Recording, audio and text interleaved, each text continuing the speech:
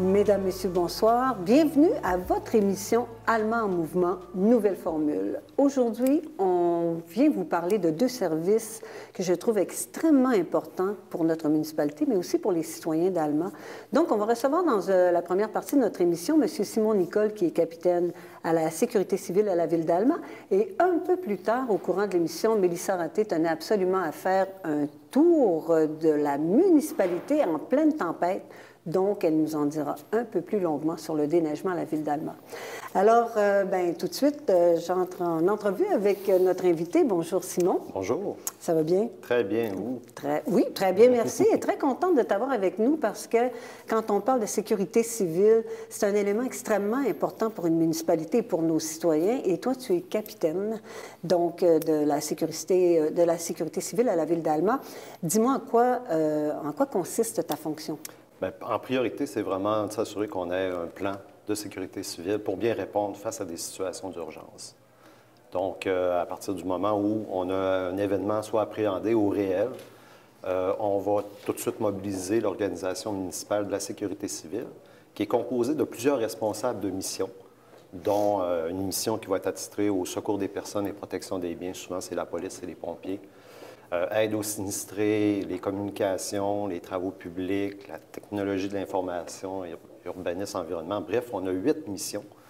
Et à partir du moment où on a un événement, on mobilise toute l'équipe pour pouvoir analyser la situation et s'assurer de maintenir les services essentiels auprès de nos citoyens.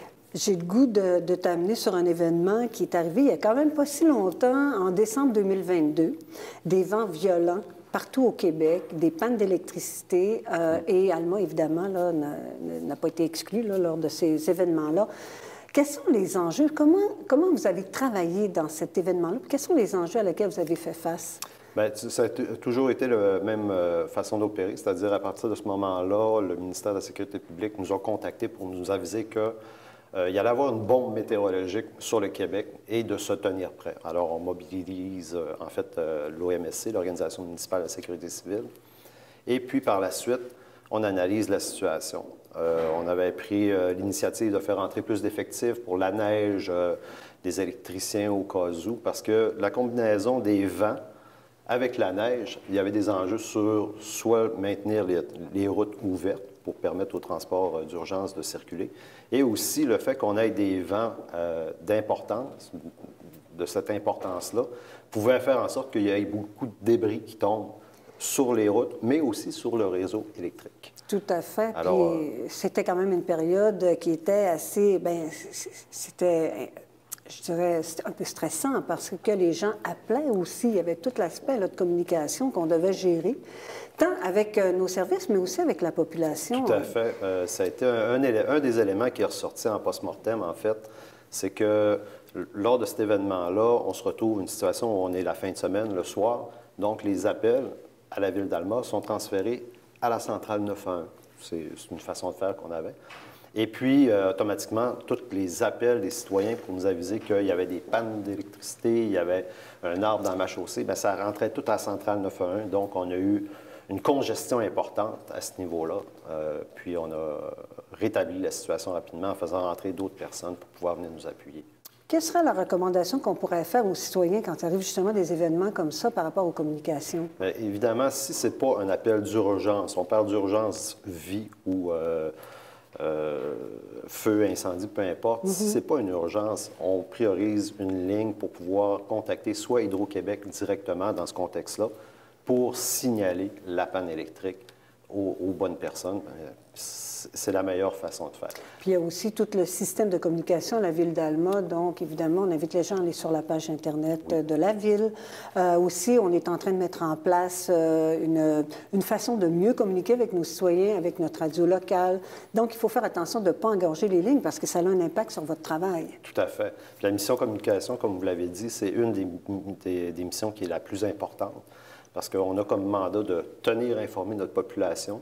Aussi, bien, conseiller notre population, donner des informations qui vont être pertinentes. Par exemple, si on ouvre un centre d'aide aux sinistrés, à quel endroit va être ce centre d'aide aux sinistrés-là, pour quels citoyens, les itinéraires d'évacuation, etc. Puis, dans toute l'organisation des communications, évidemment, les maires et mairesses qui ont un rôle extrêmement important comme porte-parole pour pouvoir donner ces bonnes informations. Absolument. On a un rôle judicieux, je dirais, Oui. assez stratégique, tout à fait. Simon, tu sais, bon, là, l'événement nous touchait directement, mais on a vécu aussi, dernièrement, l'année dernière, des feux de forêt.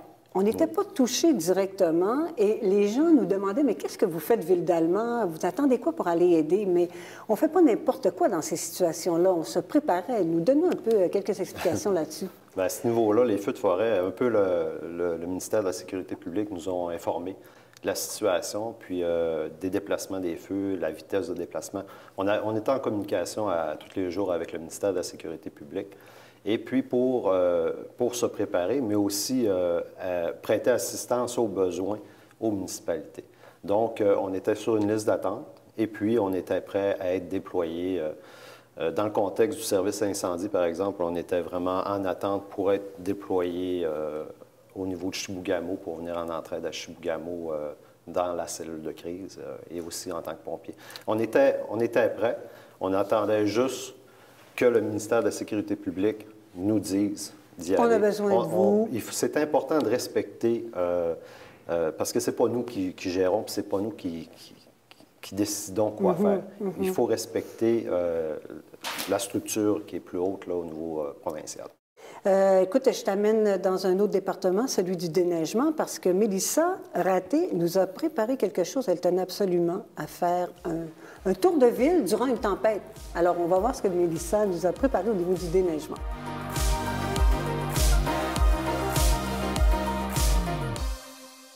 Allemand attendait sa toute première tempête de neige et on l'a reçu le 10 janvier dernier. Vous allez voir que c'est beaucoup de préparatifs pour l'équipe des travaux publics de la ville d'Allemand.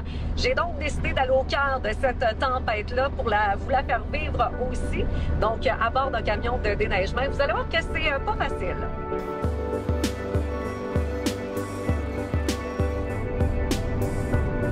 Quand on regarde de même, là, on sécurise les arrêts-stop, les lumières, puis les cours pour les cours. Juste pour le rendre sécuritaire, tu sais. On tourne en rond combien de fois, hein? 3 fois.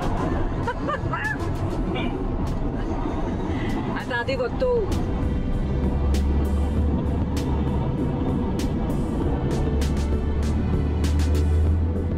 Toujours les artères qui sont le plus fréquentées par nos usagers, les avenues principaux comme l'avenue du Pont, le boulevard Roger, le boulevard Maurice-Paradis. Tout ce qui concerne aussi les rangs, ensuite tous les carrefours giratoires, tout ça c'est priorisé. Là. Après ça, là, on se concentre au niveau des quartiers. Les passages piétonniers aussi ne sont pas oubliés. Il ne faut pas les oublier, oui. C'est ça. Les trottoirs, toutes les passerelles piétons. Est-ce que la hauteur des bancs de neige, ça vient jouer pour vous autres? Oui, beaucoup, parce que la hauteur des bancs de neige, plus les bancs de neige sont hauts, moins la visibilité est bonne. Sauf qu'on a moins de chances aussi de prendre le fossé ou d'avoir, mettons, des renversements au niveau là, des bords de route ou ces choses-là. Nos chauffeurs s'appuient sur les bancs de neige là, pour garder la route. Là. Quand on n'a pas ces appuis-là, bien, on va plus à l'aveuglette un petit peu. Ça augmente les risques un petit peu là, au niveau là, de la conduite de la machinerie lourde dans ce moment-là. Quand on parle d'une tempête de neige, là, il annonce entre 20 et 40 cm selon les premières prévisions. Pour vous autres, on peut dire que c'est un travail qui va s'échelonner pour combien de jours? Parce qu'après ça, il ne faut pas oublier, on a le ramassage. Oui. On a d'autres bordées de neige qui vont s'en venir. C'est sûr que nous autres, là, on va avoir un travail qui va être plus intensif au niveau des 24 à 36 prochaines heures pour tasser cette neige-là, pour rendre les routes sécuritaires. Puis ça va s'échelonner sur au moins 5 à 6 jours là, pour compléter l'ensemble de ces ramassages-là. Comme là, c'est le fun de garder de même, quand tu vois bien. Ah, mais tu sais, quand il n'y a pas de neige, c'est plat. Ah oui. Là, il n'y en a pas. Tu sais, d'habitude, leur l'air, il est gros. Là. Il n'a pas tombé. Et à part le vernis, là, qu'est-ce qui vous fait le plus suer dans votre... Ceux et celles qui vous dépensent, qui vous respectent pas? Oui, surtout les voitures là, qui... c'est comme là, j'essaie de me coller pour pas qu'il y ait une voiture qui passe. OK, entre les deux camions. Ils nous dépassent souvent. C'est plus facile pour vous autres quand il n'y a pas d'école. Tu sais, si les cours avaient été suspendus aujourd'hui, t'as moins de véhicules sur la route, t'as pas de piétons, t'as pas d'enfants. C'est sûr qu'il y a moins de risques, mais on s'adapte là, dans les sécuritaires. C'est important quand tu vois qu'on roule à 36 km/h. C'est quand on étend notre sable, on ne peut pas aller plus que 40 km/h. Le sel, c'est étendre. On ne roule pas vite, on s'adapte aux citoyens qui sont pressés d'aller nulle part. Une question que plusieurs se posent, qu'est-ce qui va faire que vous allez utiliser du sel, des abrasifs, du sable, selon la température ambiante, mais vous vous basez aussi sur la température de surface? Oui. Nos équipes là, sont munies là, de thermomètres qui mesurent autant la température ambiante que la température de surface au niveau de la chaussée. Le degré de la précipitation aussi, c'est-à-dire que plus il y a de la précipitation de neige, moins on va aller avec des sels, on va aller plus avec des abrasifs pour sécuriser. Là, ce qu'on va faire là, dans les prochaines heures, c'est sécuriser notre réseau. Puis quand les précipitations vont être finies, bien, on va aller plus, mettons, en déglaçage pour rendre notre réseau encore plus sécuritaire sur un pavage qui est sec et performant. Depuis les dernières années, qu'est-ce qu'on va utiliser comme abrasif? Ça a changé là, depuis les dernières années.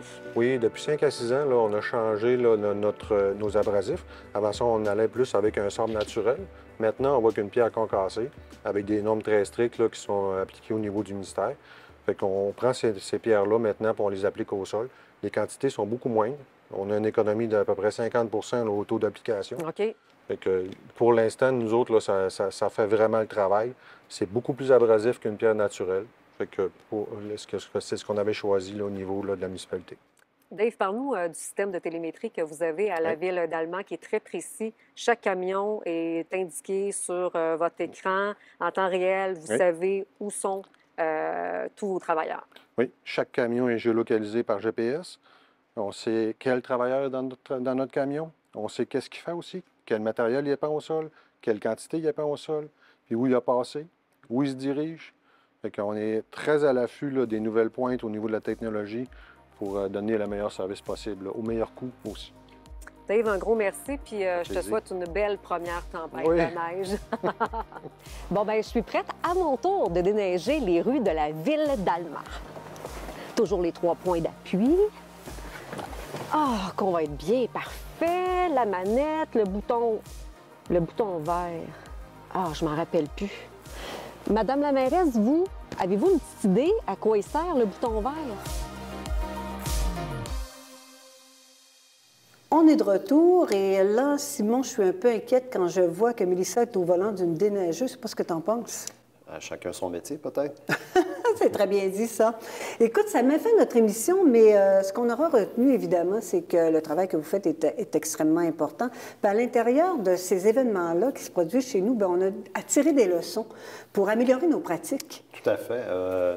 Suite à celle du 22 décembre 2022, il y a eu une entente de service entre la Ville d'Alma et plusieurs municipalités de notre MRC en sécurité civile. Puis, je dirais même plus, les municipalités sont pris en main pour l'acquisition d'équipements pour pouvoir être fonctionnels, même en cas de panne de courant. Et même encore, il y a des résidences pour personnes âgées qui ont eux aussi ces équipements-là pour pouvoir être autonomes puis ne pas aller dans un centre d'aide aux sinistrés. Tout à fait, parce qu'on avait dû mettre en place un centre de service là, de réconfort. Exactement, puis ça avait occasionné certaines problématiques. Bien, merci beaucoup, Simon, d'avoir été avec nous. On a fait quand même un petit tour d'horizon, mais on voit l'importance de ce service-là qui est essentiel chez nous. Et à vous, mesdames et messieurs, bien, on vous dit merci beaucoup d'avoir été là. Donc, on remercie aussi Nous TV pour ce reportage et puis on vous invite à syntoniser l'émission sur la chaîne YouTube ou tout simplement en allant sur notre page Facebook. Alors, à bientôt!